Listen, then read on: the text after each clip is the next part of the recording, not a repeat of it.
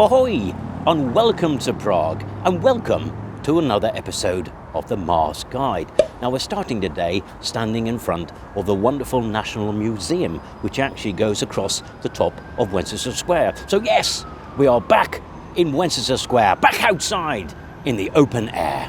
Now last time we were talking about the events leading up to the annexation of the Sudetenlands, that is the German-speaking areas of Czechoslovakia, by the Nazis on October the 1st, 1939, and how this change was brought about by the Munich Agreement, which is referred to here still as the Munich Betrayal. In this episode, the focus is on the Second Czechoslovak Republic that lasted less than 6 months, and how in 1939 Hitler got his wish to wipe Czechoslovakia off the face of the map without a shot being fired. How was that possible?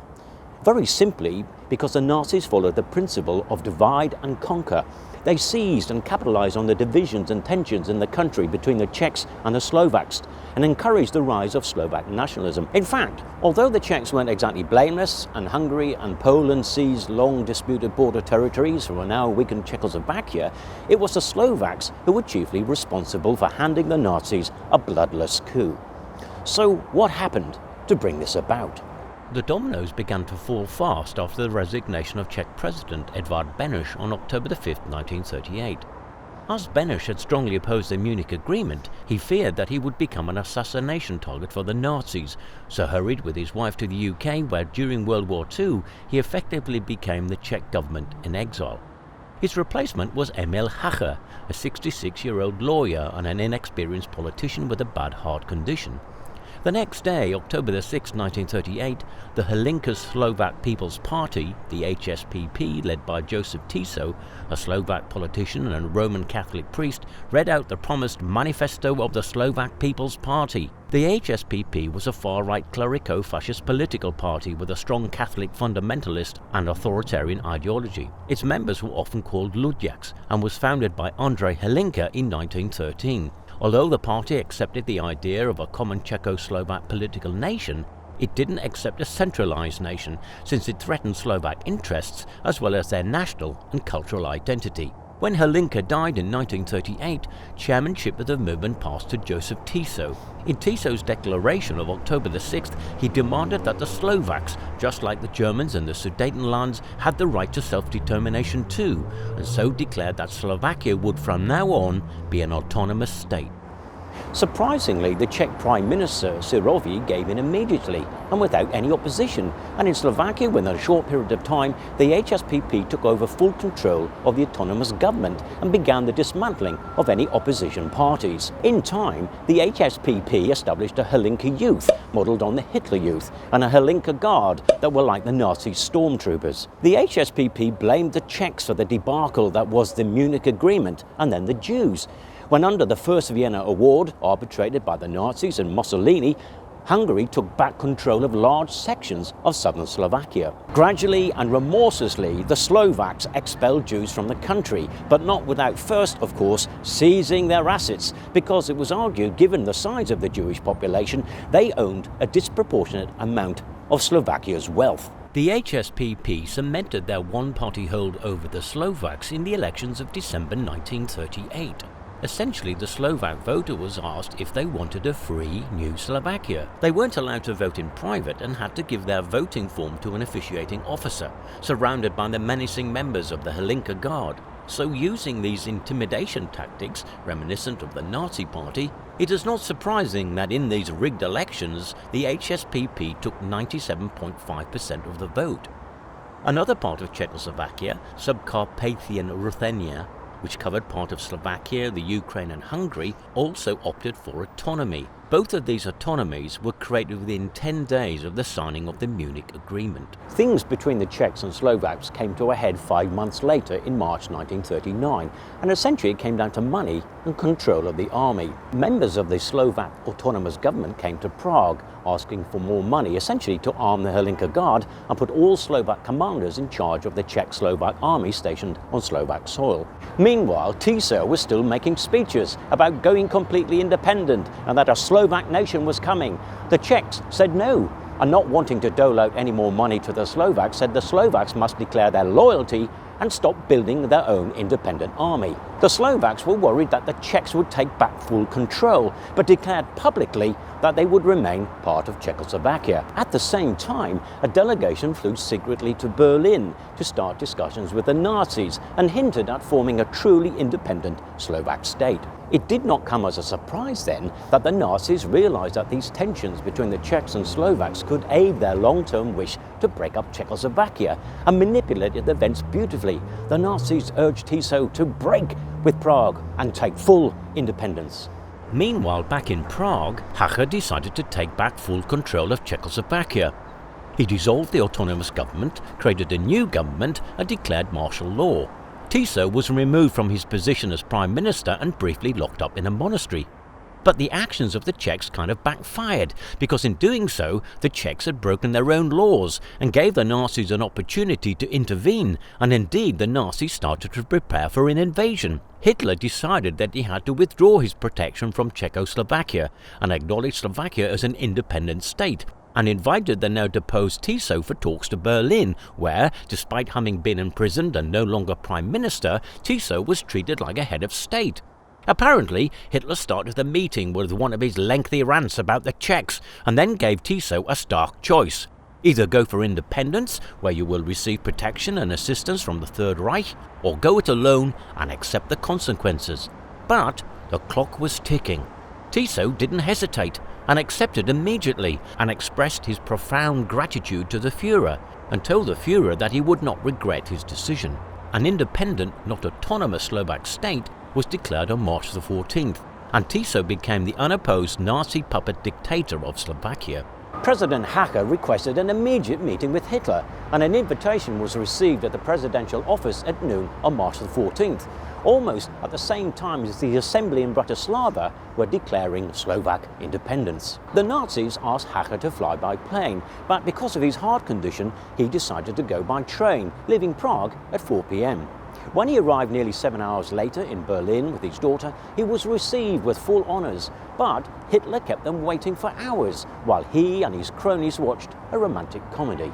Nearly 3 hours later, at 1:15 a.m, Hacha was finally summoned to meet the Führer. At this meeting, Hitler let the Czech president speak, and by some accounts, the Czech president Hacha proceeded to humble himself unashamedly before the Führer and pleaded for mercy on behalf of his little country. Hitler was having none of it. He gave Hacha an ultimatum. The Czechs could put up a futile resistance and be violently crushed, or he could sign a document telling his countrymen to receive the invading troops peacefully. The president had to decide soon, but regardless of his views, Hitler told him the invasion was set for that day, March 15th, 6 a.m. Hitler later said jokingly that at the moment he told Hacha, it looked as though Hacha had just eaten a mouthful of hot coals. Hitler then sent Hacha into an adjoining room, where Ribbentrop, who was the Minister of Foreign Affairs, and Göring, who was head of the Luftwaffe, set about the beleaguered, frail president. They presented him with a document and a pen, but Hacha continuously pushed the pen away and refused to sign the document. It was then that Göring played his trump card. If Hacha didn't sign the agreement, then, within hours, he would order the Luftwaffe to reduce Prague to ruins. Hacha had a heart attack on the spot. They thought they'd killed him, but he was revived by Hitler's personal physician, Theodor Morell, who used one of his vitamin injections that he used regularly on Hitler. When Hacha came to, the Nazis gave him a phone and told him to phone Prague and advise his government to surrender peacefully to the Nazis. At 3:55 a.m. on Wednesday, March the 15th, the Czech president signed the document stating he had confidently placed the fate of the Czech people and country in the hands of the Führer and the German Reich. The defense minister, Jan Sirovi, was to forbade all military units from putting up any resistance to the German army. The first troops arrived in Prague at around 8:30 in the morning. Hacha left Berlin before noon, but on the way home his train was continuously delayed. And then later that evening the reason for the delay became clear. The victorious Hitler wanted to get to Prague first, so that he could greet Hacha himself at the now occupied Prague castle. It was the one and only time Hitler visited Prague.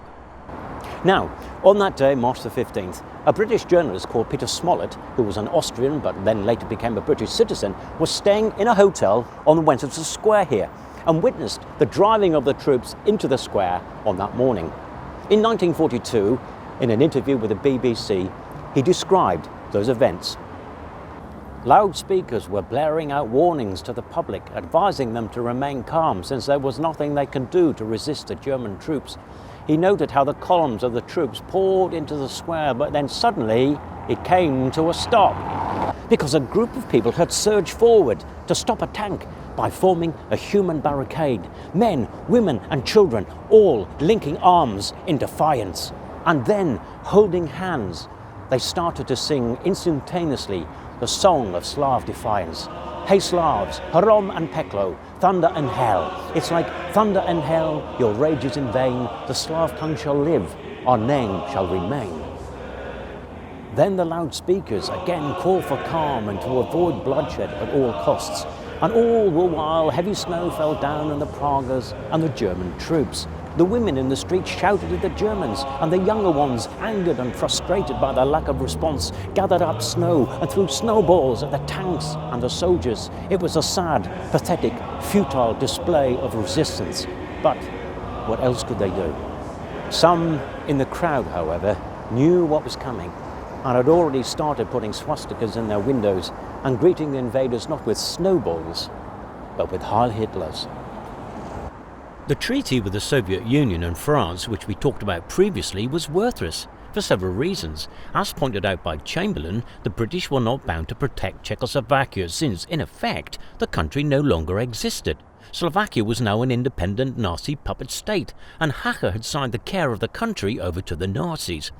Later that day from Prague Castle, Hitler announced that as Czechoslovakia had ceased to be, the Czech lands would become known as the Protectorate of Bohemia and Moravia.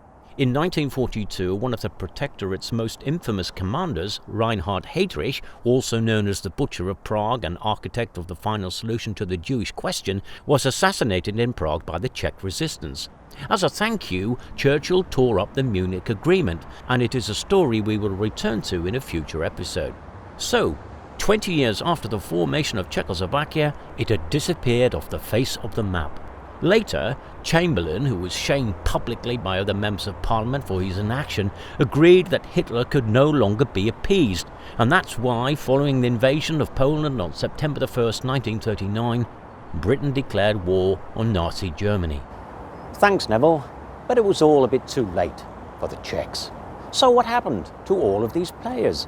Joseph Tiso was arrested and hung for treason and war crimes in 1947.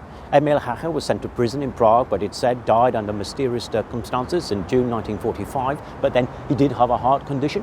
Neville Chamberlain was replaced by Winston Churchill in May 1940 and died of bowel cancer later that year. Oh, and that British journalist Peter Smollett, who described the Nazi invasion here in Winchester Square, later turned out to be a Russian agent of the KGB. Beneš returned to resume his presidency of the Third Czechoslovakia Republic in May 1945 and was duly elected in 1946. His return led to the Beneš Decree that called for the expulsion of Sudeten Germans and Hungarians from the new Czechoslovakia. It is one of the darkest periods in the history of this country, and it is a subject that we will come back to in a future episode. But for now, thank you for watching, and if you have enjoyed this video, please don't forget to click and subscribe, or if you think somebody might like this video, then please do share, as sharing is caring. So, until next time, thank you and goodbye.